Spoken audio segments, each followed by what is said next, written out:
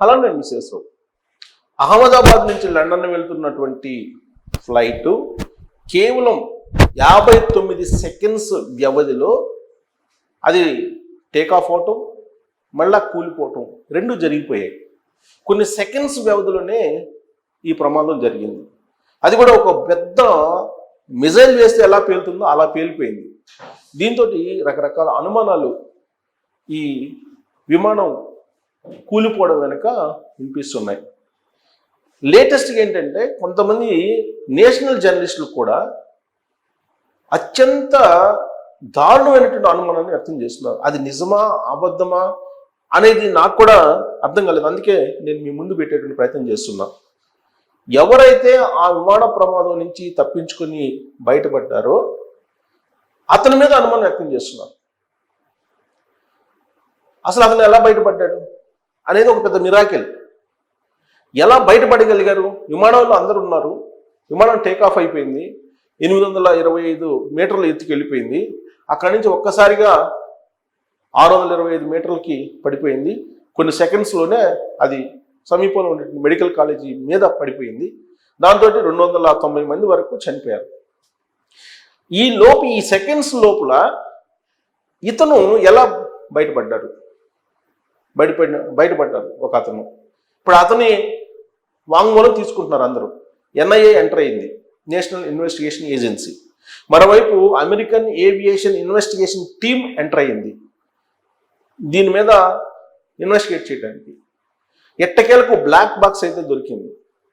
ఈ బ్లాక్ బాక్స్లో ఎలాంటి సీక్రెట్స్ ఉంది అనేది వాళ్ళు చూస్తున్నారు. రెండు పదాలు ఆ రోజున పైలట్లు వినిపించారు అని అంటున్నారు. పవర్ లేదు, నో పవర్ అనేది. ఆ తర్వాత కొన్ని సెకండ్స్కే డిస్కనెక్ట్ అయిపోయింది ATC అని చెప్తున్నారు. సో కాబట్టి ఆ సెకండ్స్లో కూలిపోయినప్పుడు ఇతను ఎలా బయటపడ్డాడు అనేది అతను చెప్తున్న వర్షన్ ఏంటి? 11 నెంబర్ సీట్ మీద కూర్చున్నాడు. ఆ 11 నెంబర్ సీట్ దగ్గర ఎమర్జెన్సీ ఉంది. సో ఎమర్జెన్సీ డోర్ సీట్తో సహా బయటకు వెళ్ళిపోయింది, అందుకని నేను సేఫ్ సైడ్గా బయటపడ్డానని చెప్తున్నారు. సో అది నిజంగా మిరాకిల్ అది. కానీ అతను బయటపడటం మీద కూడా అనుమానం వ్యక్తం చేస్తున్నారు. సీనియర్ జర్నలిస్టులు, నేషనల్ జర్నలిస్టులుగా ముద్రపడినటువంటి ఒక అతను తెలుగులో మాట్లాడుతున్నారు ఈ మధ్యలో. అతని పేరు చెప్పడం కూడా భావ్యం కాదు కాబట్టి నేను చెప్పట్లేదు. అతని వీడియో సోషల్ మీడియాలో వైరల్ అవుతుంది. ఇప్పుడు అతను అనుమానిస్తున్నాడు. నాకే అర్థం కాలేదు, ఏంటి ఇతను బయటపడినటువంటి వ్యక్తి యొక్క ప్రవర్తన మీద, అతను చెప్పేటువంటి వర్షన్ మీద అనుమాన పడుతున్నాడు. అసలు అతను ఎలా బయటపడ్డాడు? 242 మంది ఫ్లైట్లో ఉంటే ఇతను ఒక్కడే బయటపడి 241 మంది ఇంక్లూడింగ్ ఫ్లైట్ సంబంధించినటువంటి పైలట్, కో పైలట్ వాళ్ళతో కూడా చనిపోయారు కదా. మరి ఇతను ఎట్ట బయటపడ్డారు అనేది పెద్ద సందేహాన్ని ఆయన వ్యక్తం చేస్తున్నాడు. ఇక దీంట్లో ఉన్నటువంటి డౌట్స్, ప్రధానమైన డౌట్స్ మనం తీసుకుంటే అనేకమైన డౌట్స్ మనకు కనిపిస్తున్నాయి. ప్రధానమైన డౌట్స్ని మనం తీసుకున్నాం ఈ ఫ్లైట్ కూలిపోయేటువంటి దాని మీద. యాక్చువల్గా ఇంటర్నేషనల్ ఫ్లైట్ ఇది, ఎయిర్ ఇండియా. ఈ మధ్యనే టాటా వాళ్ళు కొనుగోలు చేశారు. ఇది అత్యాధునికమైనటువంటి పరిజ్ఞానంతో తయారు చేసినటువంటి విమానం అంటున్నారు, 787. ఇప్పుడు ఆ విమానాలని మొత్తాన్ని రీకాల్ చేయడానికి, అంటే మళ్ళీ వెనక్కి ఇచ్చేయడానికి ఆయా దేశాలకు సంబంధించినటువంటి ఏవియేషన్స్ డిపార్ట్మెంట్లు కూడా రెడీ అయిపోయింది, మాకు ఆ విమానాలు వద్దు అని. ఒక అతనైతే ఒక ఇండస్ట్రియలిస్ట్ ద్వారా ఒక ట్వీట్ చేశారు, ఇక నుంచి నేను ఎయిర్ ఇండియా విమానాలే వెక్కనని చెప్పారు. అంటే ఎయిర్ ఇండియాకి అంత బ్యాడ్ నేమ్ ఈ సంఘటన ద్వారా వచ్చేసింది. సరే, అసలు ప్రమాదానికి కారణాలు ఏంటి ప్రాథమికంగా అని అంటే, నెంబర్ 1 ఇంధనం కల్తీ అని అంటున్నారు. ఇది ఎవరు చెప్తుంది? ఏవియేషన్ డిపార్ట్మెంట్కి సంబంధించినటువంటి వాళ్ళు అనుమానిస్తున్నారు. ఇంధనం కల్తీ అనేటువంటి ఒక అనుమానం ఉంది. 2, పక్షుల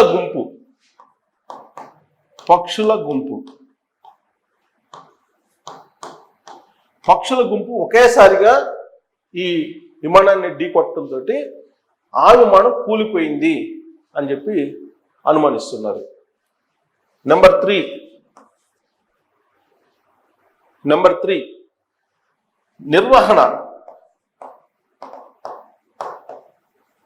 నిర్వహణ సరిగా లేదు నిర్వహణ సరిగ్గా లేదు, చూసుకోలేదు. ఆల్రెడీ దానికి సంబంధించినటువంటి లోపాలు కనిపిస్తూ ఉన్నాయి, కానీ వాళ్ళు సరిగ్గా నిర్వహించలేదు. అంటే ఆల్రెడీ విమానం బయలుదేరేటప్పుడు చాలామంది గ్రూప్ ఆఫ్ ఇంజనీర్స్ ఉంటారు ఎయిర్పోర్ట్లో. ఈ ఎయిర్పోర్ట్లో ఉన్నటువంటి వాళ్ళు సరిగ్గా చెక్ చేయలేదు ఆ ఇంజనీర్స్ అనేది ఒకటి. వీళ్ళని గ్రౌండ్ స్టాఫ్ అంటారు. గ్రౌండ్ స్టాఫ్, ఈ గ్రౌండ్ స్టాఫ్లో అందరు ఉంటారు ఇంజనీర్స్, గ్రూప్ ఆఫ్ ఇంజనీర్స్. ఒక క్రూ టీం ఉంటుంది, క్రూ టీం, దాన్ని క్రూ టీం అంటారు. ఈ క్రూ టీం అనేది సరిగ్గా వ్యవహరించలేదు అనేది. 4, టర్కీ. ఈ మధ్యకాలంలో టర్కీలో ఈ విమానాన్ని 787 అనేటువంటి బోయింగ్ని దీన్ని రిపేర్కి ఇచ్చారని తెలుస్తుంది. రిపేర్కి ఇచ్చారని తెలుస్తుంది. టర్కీలో దీన్ని రిపేర్కి ఇచ్చారు. టర్కీ ఈ మధ్యకాలంలో భారతదేశం మీద ఎక్కువగా వ్యతిరేకత ఉంది కదా, పాకిస్తాన్కి డ్రోన్స్ని భారీ స్థాయిలో సరఫరా చేసింది. ఆ డ్రోన్స్ని ఆపరేషన్ సింధూర్లో భారతదేశం మీద ప్రయోగించింది. మరి టర్కీ ఏమైనా కుట్ర పడిందా? టర్కీ కుట్ర.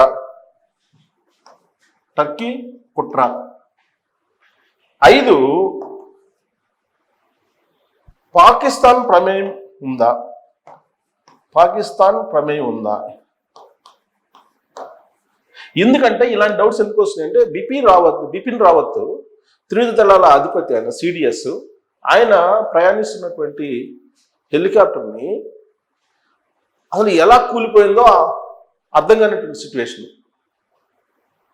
ఇప్పటికి కూడా అది ఎలా కూలిపోయిందో తెలియట్లేదు. అప్పుడు చైనా మీద అనుమానించారు, ఎందుకంటే బిపిన్ రావత్ ఉన్నప్పుడు చైనా కొంత వెనకడికి వేసింది అని. సో చైనా మీద కూడా అనుమానం, పాకిస్తాన్, చైనా ఈ రెండింటి మీద అనుమానం. వాళ్ళు ఏమైనా కుట్ర చేశారా ఒకవేళ అని. 6, ఉగ్రవాదుల కుట్ర ఉందా?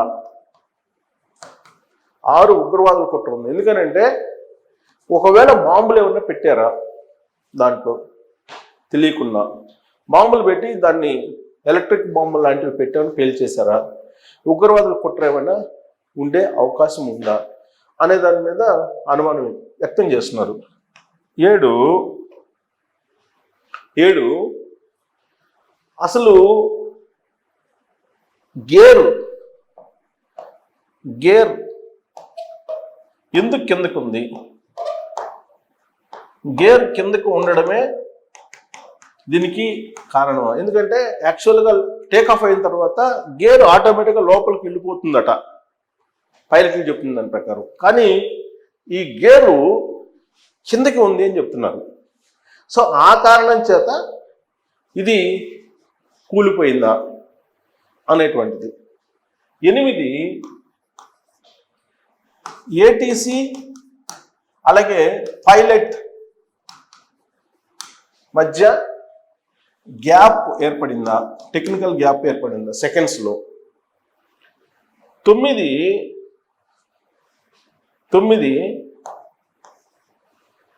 మేడే కాల్ ఇచ్చినప్పుడు ఏటీసీ రెస్పాండ్ కాలేదా? మేడే కాల్ ఇచ్చినా కానీ ఏటీసీ ఎందుకు రెస్పాండ్ కాలేదు అనేది. 10,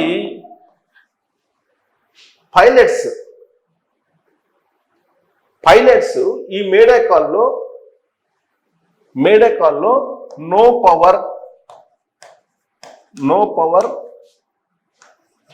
నో పీడనం అన్నారు. అంటే పీడనం అంటే ప్రెషర్ ఇది అన్నారు.